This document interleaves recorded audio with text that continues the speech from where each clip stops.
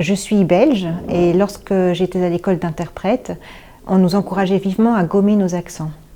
Je pense que c'était le cas de toutes les écoles d'interprètes. On devait essayer de tendre vers un accent parisien, peut-être pas, mais quelque chose qui soit assez neutre. Même chose avec tout ce qu'on appelle ces autres traits linguistiques, c'est-à-dire les belgicismes dans mon cas, ou les suissismes dans le cas de nos collègues qui seraient allés à l'école à la FTI Unige.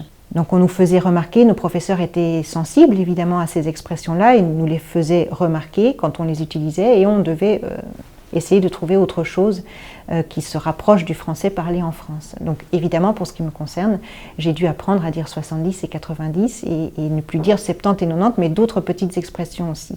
Les choses ont changé depuis, du moins ici à l'ONU, où on est de plus en plus sensible à la question de la diversité.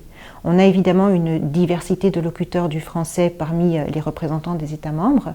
On entend du français de France, mais on entend des accents béninois, belges, luxembourgeois, et on peut aussi entendre quelqu'un, un hispanophone, vouloir parler français avec son accent à lui.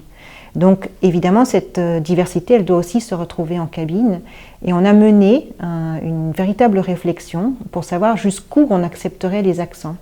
Notre conclusion est que tant que l'accent n'entrave pas la compréhension, il est tout à fait le bienvenu en cabine. On a donc sensibilisé les évaluateurs qui notent les candidats qui se présentent à des tests d'accréditation et au concours qu'on organise pour devenir interprète à l'ONU, de façon à ce qu'ils ne retiennent pas contre le candidat l'accent lorsque celui-ci n'entrave pas la compréhension.